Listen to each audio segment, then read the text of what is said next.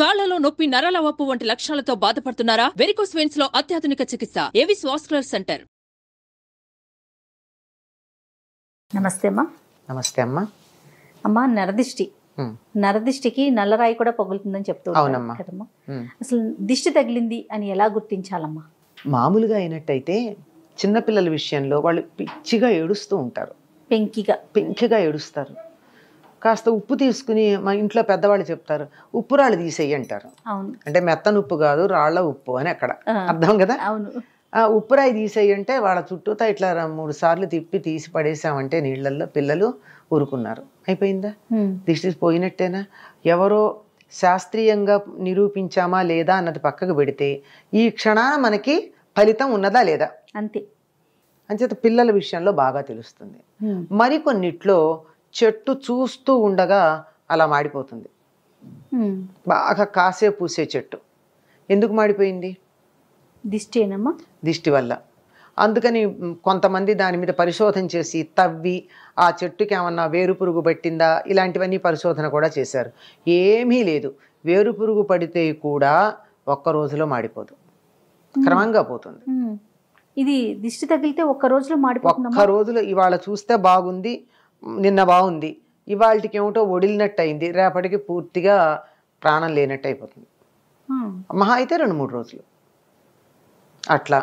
అప్పటిదాకా బాగా పాలిస్తున్నటువంటి ఆవు గేదె మర్నాటి నుంచి అసలు ఒక చుక్క పాలివ్వవు, దగ్గరికి రానియవు, ఆఖరికి దాని దూడకు కూడా పాలివ్వవు. అట్లా అయిందంటే దిష్టి అనుమానం వస్తుంది. అలాగే ఇంటి ముందు కట్టినటువంటి గుమ్మడికాయ హఠాత్తుగా కుళ్ళిపోతుంది. సాధారణంగా ఏం జరగాలి? అది ఎండిపోవాలి, ఎండి ఒడిలిపోతాయి. అట్లాంటిది నిన్నటిదాకా బాగానే ఉండి ఎందుకు క్రమంగా చెడిపోయిందా అనడానికి, చెడిపోతుంటే వాసన వస్తుంది. వాసన వచ్చిందో లేదో తెలియదు, వాసన కూడా రాదు, హఠాత్తుగా కుళ్ళిపోయి దాని నుంచి పడిపోతుంది. ఇట్లాంటివన్నీ చూస్తే ఇది దృష్టి దోషమని అంటూ ఉంటారమ్మా. కంటికి కూడా ఒక శక్తి ఉంటుంది కదా, చూపుకు కూడా ఒక శక్తి ఉంటుంది. ఉంటుందనే కదా మనం నీ చల్లని చూపు ప్రసరింపజేయి, కరుణామృత దృష్టి చూడు, దయ తలచు అని ఇలాంటి పదాలు వాడుతూ ఉంటారు. ఇది మన తెలుగు వాళ్లే కాదండి, అన్ని భాషల వాళ్ళు వాడతారు, పాశ్చాత్య దేశాల్లో కూడా వాడతారు. ఆ చల్లని చూపులు అనేది చక్కగా మమ్మల్ని బాగా, వాళ్ళకి చల్లని కాదనుకోండి, వాళ్ళకి వామ్ కావాలి అంచేత సందర్భాన్ని బట్టి ఆ చూపు అన్నది లుక్ అంటారు వాళ్ళు, pay A look, something like that అలా వాడతారు. ఆ విధంగా చూపుకి అంతటి శక్తి ఉంటుంది అని మనకి అందరూ చెప్పేటటువంటి మాటే. కనుక 10 మంది ఒక దాన్ని చూసి అసూయ పడితే, అసూయతో గనక చూసినట్టయితే, అసూయ కన్నా కూడా ఈర్ష్యతో గనక చూసినట్టయితే అది ప్రతికూల ప్రభావం కలుగుతుంది.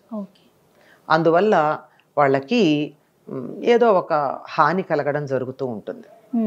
అందుకే ఈ మధ్యకాలంలో చెప్తున్నారు, పిల్లలు చాలా బాగున్న వాళ్ళు కాస్త హఠాత్తుగా వ్యాధికి లోనయ్యి చిక్కిపోయి, చనిపోవడాలు లాంటివి కాదు కానీ చిక్కిపోవడం, ఏడుస్తూ ఉండడం, నవ్వుతున్నవాడు మళ్ళీ ఏడుపు మొహంగా ఉండి ఇట్లా జరుగుతోంది. ఏమిటి అంటే దానికి ఒకళ్ళు చెప్పారు, మీ పిల్లల ఫోటోలు స్టేటస్లోను ఫేస్బుక్లో సోషల్ మీడియాలో పెడితే అంత బాగుందో అని 10 మంది అనేటప్పటికీ అయ్యో నా కొడుకు ఇలా లేడే అని అసూయతో కానీ ఈర్ష్యతో కానీ కొంతమంది చూశారు అంటే దానివల్ల జరిగి ఉండొచ్చు అని చెప్తున్నారు. అది వాస్తవం ఎంతో మనకి తెలియదు, కానీ చెప్పడం మాత్రం నిజం. అది నిజం అవునో కాదో కానీ 10 మందిలోకి వెళ్ళి ప్రదర్శన చేసుకున్న తర్వాత మాత్రం వాళ్ళకి ఇబ్బంది కలగడం అన్నది ప్రత్యక్షంగా మనం చూస్తూనే ఉన్నాం. దాన్ని నరదిష్టి, నరఘోష ఇట్లాంటి పదాలతో మనం వాడుతూ ఉన్నాం దాన్ని. ఇది పోవాలంటే ఏం చేయాలమ్మా? ఒకటి ఉప్పుతో తీయటం అన్నారు, అది పిల్లల వరకు, పెద్దవారికి కూడా అంతే. పెద్దవాళ్ళకు కూడా అంతేనమ్మా. మామూలు వ్యక్తులకు అయినట్టయితే అంతే.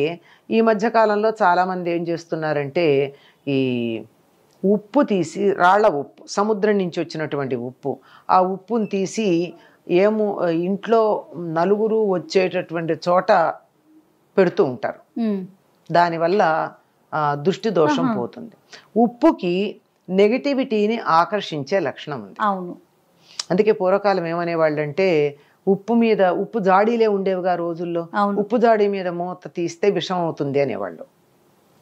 విషం మాట ఏమో కానీ నెగటివిటీని ఆకర్షిస్తుంది కనుక ఎప్పుడు కూడా ఉప్పు మీద మూత తీసించకూడదు. ఉప్పు ఓపెన్గా ఉంది అంటే మనం దాన్ని తినకూడదు, పడేసేయాలంతే. అది అందువల్ల ఉప్పు పెడుతూ ఉన్నారు.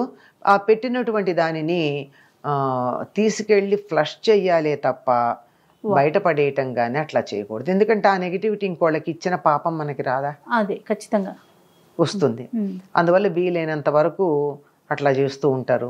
ఈ మధ్య కాలంలో చాలా మంది కాలికి ఏదో నల్లతాడు చుట్టుకోవటం, అవును, నల్లదారాలు కట్టుకోవడం చేస్తున్నారు.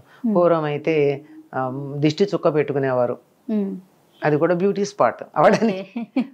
పూర్వకాలం సినిమాలు చూడండి, అందరికీ ఒక బ్యూటీ స్పాట్ ఉంటూ ఉండేది.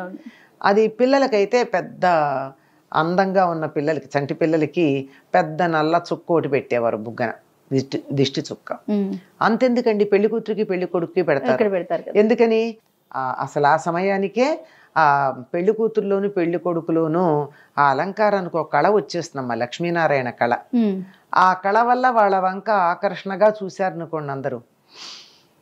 ఎవరో ఒకళ్ళకి కొంచెం చెడ్డ ఆలోచన ఉండదా, నా కూతురికి ఇంకా పెళ్లి కావదర్లేదు, నా కొడుకు ఏమిటో ఎప్పటికీ చూస్తానో ఇట్లా అనేటటువంటి ఆలోచన తనకి లేదు అనుకోవడం పర్వాలేదు, కానీ వీళ్ళకి వచ్చేసింది అని ఈర్ష్యపడతారే, ఆ ఈర్ష్య దృష్టితో గనక చూసినట్టయితే తప్పనిసరిగా వాళ్ళకి కొంచెం దోషం వస్తుంది. అందుకని అది దానికి దోషం తగలకుండా ఉండడానికి, దోషం సోకకుండా ఉండడానికి చుక్కలు పెడుతూ ఉంటారు. ఇది వ్యక్తులకైతే. ఇంటికైతే ఇంట్లో అయితే ఉప్పు పెడతాం. ఇంటి ముందు గుమ్మడికాయ కడతారు, బూడిద గుమ్మడికాయ. ఈ బూడిద గుమ్మడికాయకి దిష్టిని ఆకర్షించే లక్షణం ఉంటుంది. దానికి అందుకే సిగ్గులేంది అని చెప్తూ ఉంటారు గుమ్మడికాయని. ఎందుకంటే మిగిలినటువంటి వాటిని మీరు ఎప్పుడన్నా మీరు గమనించారో లేదో, అంటే ఇళ్లల్లో మొక్కలు అవి ఉన్నవాళ్ళు ఇదిగో పింద ఉంది అని వేలుతో చూపించకూడదుట. వేలుతో చూపించకూడదు. ఎక్కడుందంటే ఇట్లా చూపిస్తారు, వేలు కొస. కానీ ఒక్క బూడిద గుమ్మడికాయని వేలుతో ఇట్లా చూపించిన వేల చూప కసుకందక వేలెత్తి చూపిస్తే కూడా అది ఏమాత్రం పాడవదుట. అందుకని సిగ్గులేందంటారా? అంటే దానికి దోషం కూడా అంటదు. ఓకే, నెగిటివిటీని ఆకర్షించుకుని కూడా బాగానే ఉండగలదు. అందుకని కడతారు దిష్టికి. అలా కడితే దానికి ఏదో వెంటనే అది చాలా వరకు ఆకర్షిస్తుంది. ఎక్కువైనట్టయితే వెంటనే అది కుళ్ళిపోతుంది. అసలు అంత దాకా ఆలోచించక్కర్లేదమ్మా. దేన్నైనా చూసి ఎంతో బాగుంది అని ఏకాగ్ర దృష్టితో చూస్తే చూపుకో శక్తి ఉంటుంది కదా. అవును, ఆ శక్తి డైవర్షన్ ఉంటుంది ముందర. అక్కడ బూడిద గుమ్మడికాయ బుగ్గన చుక్క పెడితే అంతే. ఇంట్లో నెగిటివ్ వైబ్రేషన్స్ అయితే అది ఇంకా ఆకర్షణ కాదు. కానీ మీరు చిన్నపిల్లలు స్కూళ్ళల్లో ఆడుకుంటూ ఉంటారు, నీకు తలనొప్పి తెప్పిస్తాను చూడు అంటూ ఉంటారు, గమనించారా? అని వేలు ఇలా పెట్టి నా వేలు వంకే చూడనట్టే తిప్పుతారు. అంటే ఆ తన చూపును అలా కాన్సన్ట్రేట్ చేసేటప్పటికీ ఓ శక్తి ఉత్పన్నమైందా? అయిందా? అవునమ్మా. మరి అట్లాంటిది తీక్ష్ణంగా జయ చాలా బాగుంది, వాళ్ళ చంటి పిల్లలాగా ఉంది, 10 ఏళ్ల వయసు తగ్గినట్టుంది, ఎంత అందంగా ఉందో అని నేను ఇలా తీక్ష్ణంగా చూస్తే కంటి రెప్ప వేయకుండా నీకేదన్నా హాని కలిగే అవకాశం లేదంటారా? అందులో దురుద్దేశంతో ఉంటే ఉంటుందా ఉండదా? అంతే. అంత సింపుల్ అమ్మా నరదిష్టి తగలడం అన్నది. తగులుతుంది, అందులో అనుమానం ఏం లేదు. అందువల్ల దాని నుంచి తప్పించుకోవడానికి మంచి మార్గాలు ఉన్నాయి.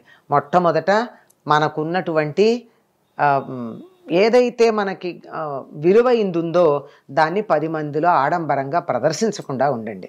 అది పిల్లలు కావచ్చు, ఆస్తి కావచ్చు, తెలివితేటలు కావచ్చు. మా పిల్లలు చూడండి ఎంత బాగా పాడతారా, మా పిల్లాడు చూడండి ఎంత బాగా డాన్స్, ఇవన్నీ చూపించుకుంటే దిష్టి తగలదా? అదే కదా, తగులుతుంది కదా. ఆడంబరం పనికిరాదు. ఆడంబరం లేకుండా ఉన్నట్టయితే సగం దిష్టి తగలదమ్మా. తగిలిన తర్వాత పోవాలంటే ఇటువంటి మార్గాలు ఉన్నాయి. అమ్మ, ఎన్ని రోజులకు ఒకసారి ఉప్పు తీయొచ్చమ్మా పిల్లలకైతే? ఎన్ని రోజులకే ఉందమ్మా, ఎప్పుడన్నా వాళ్ళకి దిష్టి తగిలితే రోజు ఎందుకు తగులుతుంది? అంతే. రోజు తగలడానికి రోజు ఏమన్నా మీరు ఎగ్జిబిషన్కి తీసుకెళ్తున్నారా? వాళ్ళని ఎగ్జిబిట్ చేస్తున్నారా? అందరికీ లేదు కదా. ఎవరన్నా మనకి కొంచెం మందులో పర్టిక్యులర్గా కొంతమందిని అంటే వీళ్ళ దిష్టి చూపు అని చెప్పేస్తారండి. వాళ్ళు ఎవరింటికి వెడితే వాళ్ళంతే నాశనం. వాళ్ళు గట్టిగా ఇది బాగుంది అని అన్నారంటే వాళ్ళు నాశనం అవుతారు. కొద్ది మంది, అందరూ కాదు సుమా. అట్లాంటి వాళ్ళకి ఎలాగో తెలుస్తుంది పాపం. అటువంటి వాళ్ళు వచ్చినా 10 మంది దగ్గరికి వెళ్ళినా పిల్లలకి దిష్టి తగిలింది అనేటటువంటి సందేహం మనకు వచ్చినా 10 మంది చూపు పడే ఒక కార్యక్రమంలో పాల్గొన్నా దిష్టి తీస్తారు. ఇది ఎర్ర నీళ్లతో తీస్తారు, ఉప్పుతో తీస్తారు, కొబ్బరికాయ మీద కర్పూరం పెట్టి తీస్తారు, ఇలా రకరకాల పద్ధతులు. ఎండుమిర్చితో తీస్తారు, ఎండుమిరపకాయలతో తీస్తారు. గమ్మత్ ఏంటంటే ఎండుమిరపకాయలు తీసి భగభగా మండుతున్నటువంటి నిప్పుల్లో వేస్తే గొట్టు రాదు. మరి ఏమిటది రాకుండా ఎట్లా ఉంది? ఇవన్నీ నిదర్శనాలే. నూనె గుడ్డతో కూడా ఆ నూనె గుడ్డతో తీసి వెలిగిస్తారు. వెలిగిస్తే దాని నుంచి నీళ్ల చుక్కలు వస్తాయి. నూనె చుక్కల బదులు నూనె గుడ్డతో తీసి వెలిగిస్తే నీళ్ల చుక్కలు టపటపా కింద పడతాయి. మరి అంటే దిష్టి ఉందని అర్థం, దృష్టి దోషం ఉందని. ఇన్ని రకాలుగా దృష్టి దోషాన్ని పోగొట్టేటటువంటి మార్గాలు మనకి పెద్దలు అందించారు. నమస్తే. సుమన్ టీవీలో మీ పర్సనల్ అండ్ బిజినెస్ ప్రమోషన్స్ కోసం కింది నెంబర్కి కాంటాక్ట్ చేయండి.